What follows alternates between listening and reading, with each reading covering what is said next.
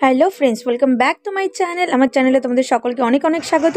তো এই যে দেখতে পাচ্ছ দক্ষিণেশ্বর কালী মন্দির। তো এখন আমরা চলে এসেছি দক্ষিণেশ্বর কালী মন্দিরে। এই যে দেখো দুখানা ছোট্ট গোপু সোনা আমাদের সাথে এসেছে।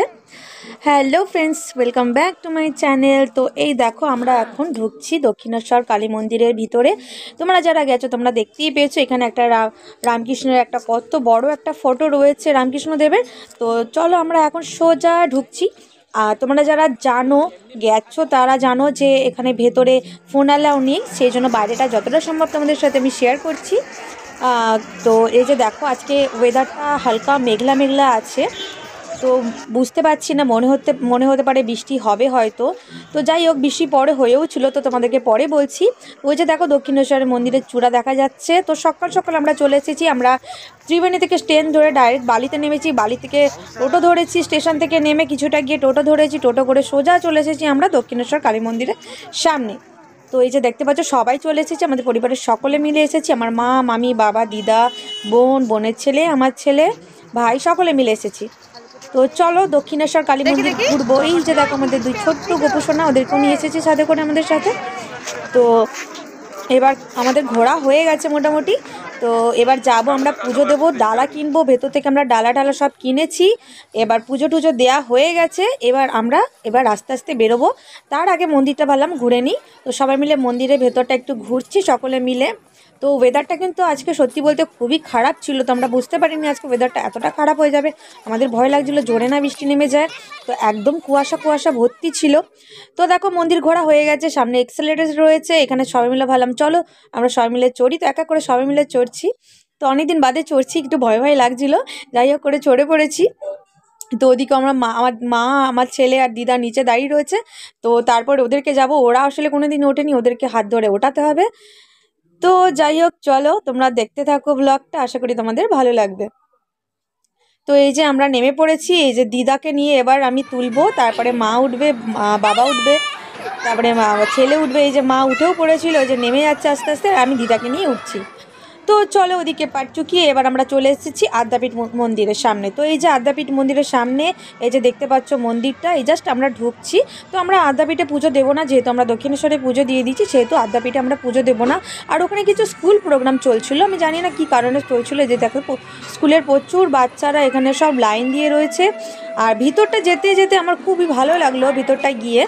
তো আমরা মোটামুটি 9টার মধ্যে পৌঁছে গেছি আদ্যাপীঠে। তো আমরা একদম সকালবেলা ফার্স্ট ট্রেনে বেরিয়েছিলাম। তো এত তাড়াতাড়ি আদ্যাপীঠে পৌঁছেও আমরা ভাবতে পারিনি যে আমরা মন্দিরটা দর্শন করতে পারবো না। এই যে দেখো সমস্ত ভ্যানের মধ্যে এই রামকৃষ্ণ, সারদা মা, রাধাকৃষ্ণ সমস্ত ছবি নিয়ে টাঙানো হয়েছে, আর এই সমস্তদের সাজানো হয়েছে ছোট ছোট বাচ্চা মেয়েদের। জানি না কেন ওর মুডটা একটু অফ ছিল। তো যাই হোক ভিডিও করলাম, কিছুটা ভিডিও করে বললাম তোমাকে খুব ভালো লাগছে, ওর খুব ভালো, শুনে আবার একটুখানি স্মাইল করলো।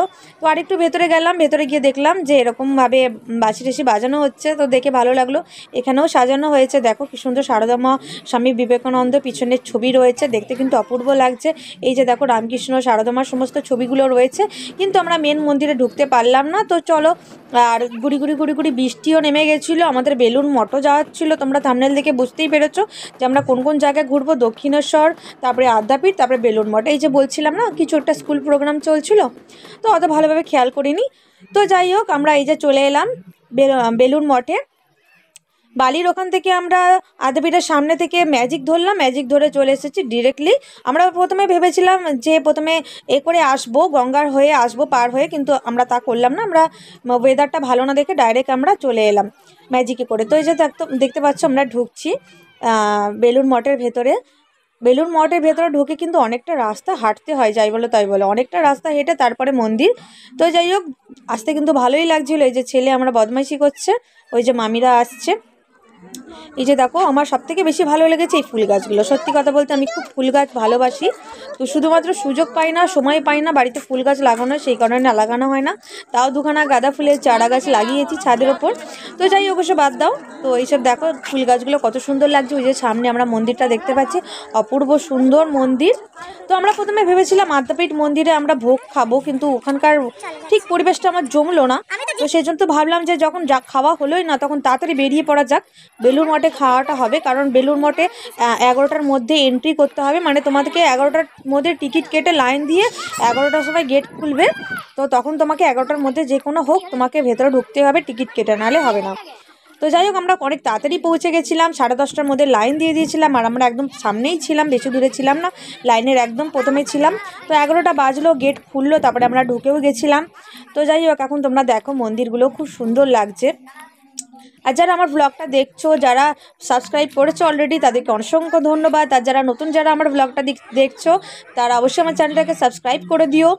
তো যাই হোক, দেখো এখানে আমরা সবাই মিলে লাইনে দাঁড়িয়ে পড়েছি। আর দেখো আমরা কিন্তু একদম সামনেই রয়েছি, আর লাইনটা দেখো কত দূর পর্যন্ত গেছে। আর এই যে চারিদিকে যেখানেই দেখবে সেখানেই ফুল বাগান, যেখানেই দেখবে সেখানেই ফুল বাগান, সমস্ত রকম ফুল আছে। বিশেষ করে ডালিয়া ফুলগুলো, গোলাপ ফুলগুলো আমার দারুণ লাগছিলো দেখতে। এই যে ছেলে আমার দাঁড়িয়ে রয়েছে। আর ওয়েদারটা কিন্তু এখানে ভীষণ খারাপ ছিল, বাড়ি থেকে ফোন আসছিল, ফোন একদমই সিগন্যাল ছিল না, কারণ এত পরিমাণে কুয়াশা ছিল।